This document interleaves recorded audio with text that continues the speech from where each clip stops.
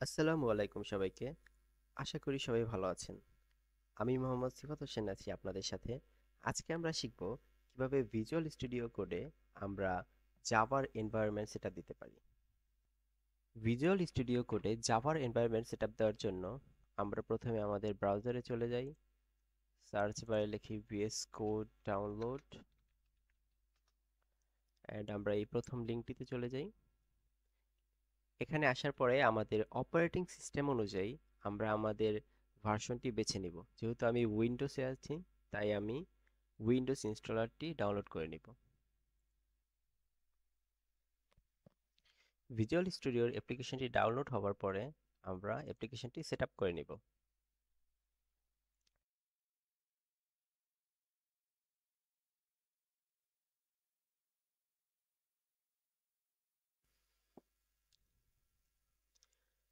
VS code install করার পরে আমরা আমাদের ব্রাউজারে চলে যাব। এখন হচ্ছে আমরা জাভা ডেভেলপমেন্ট কিট ডাউনলোড করব। সো আমরা ব্রাউজারে লিখব জাভা ডেভেলপমেন্ট কিট এন্ড আমরা এই ফার্স্ট লিংকে চলে যাব, যেটা হচ্ছে oracle.com থেকে। ডিস্ট্রিবিউশন অনুযায়ী আমরা আমাদের অপারেটিং সিস্টেমটি বেছে নিব। যেহেতু আমি উইন্ডোজে আছি, তাই আমি উইন্ডোজ অপারেটিং সিস্টেমে চলে আসলাম। দেন আমরা হচ্ছে এখানে আমাদের ইনস্টলারটি ডাউনলোড করে নিব।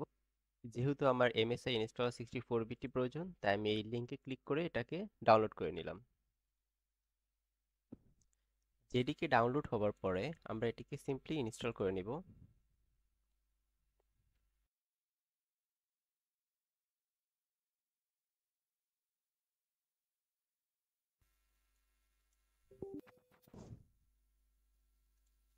জেডিকে সাকসেসফুলি ইনস্টল হওয়ার পরে আমরা চেক করব যে আমাদের এনভায়রনমেন্টে জাভা সাকসেসফুলি ইনস্টল হয়েছে কিনা। তার জন্য আমরা আমাদের কম্পিউটারের সার্চ বারে চলে যাব এবং এখানে আমরা লিখব সিএমডি।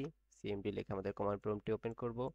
ওপেন করার পরে এখানে আমরা একটি কমান্ড টাইপ করব, যেটা হচ্ছে জাভা ড্যাশ ভার্সন। এন্ড আমরা দেখতে পাবো আমাদের কম্পিউটারে কোন জাভা ভার্সনটি ইনস্টল রয়েছে। এরপরে আমরা চলে যাব ভিএস কোডে। ভিএস কোডে চলে যাওয়ার পরে আমরা একটি ফোল্ডার ওপেন করে নেব, যেখানে আমরা আমাদের ডিজায়ার ফাইলগুলো লিখব।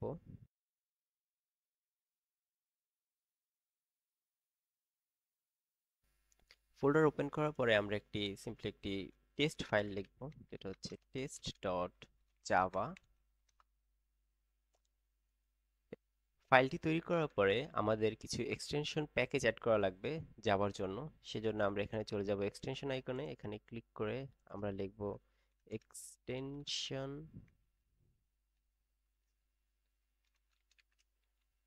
Pack for Java.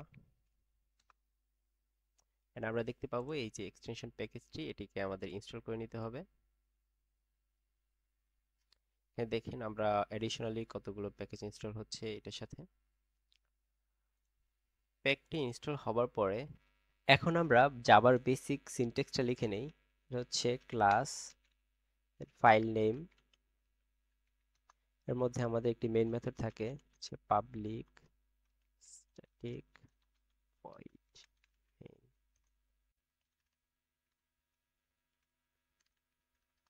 এখন আমরা শুধুমাত্র হ্যালো ওয়ার্ল্ড প্রিন্ট করে দেখি। এইবার আউটপুট দেখার জন্য আমরা এই থ্রি ডট মেনুতে ক্লিক করি, then terminal, then new terminal. And আমরা এই টার্মিনালে গিয়ে আমাদের কিছু কমান্ড দিতে হবে, যেটা হচ্ছে জাভা সি। এখন আমরা এই কমান্ডটি রান করার সময় আমরা দেখতে পাবো এখানে আমাদের file name test dot Java রয়েছে, কিন্তু আমরা যখন এই কমান্ডটি রান করব টেস্ট ডট জাভা, এখানে আমাদের এই নামে, আমাদের ফাইলের নামে একটি ক্লাস তৈরি হয়ে যাবে। এন্ড আমরা হচ্ছে এই ক্লাসটিকে এখন রান করব, হচ্ছে জাভা টেস্ট।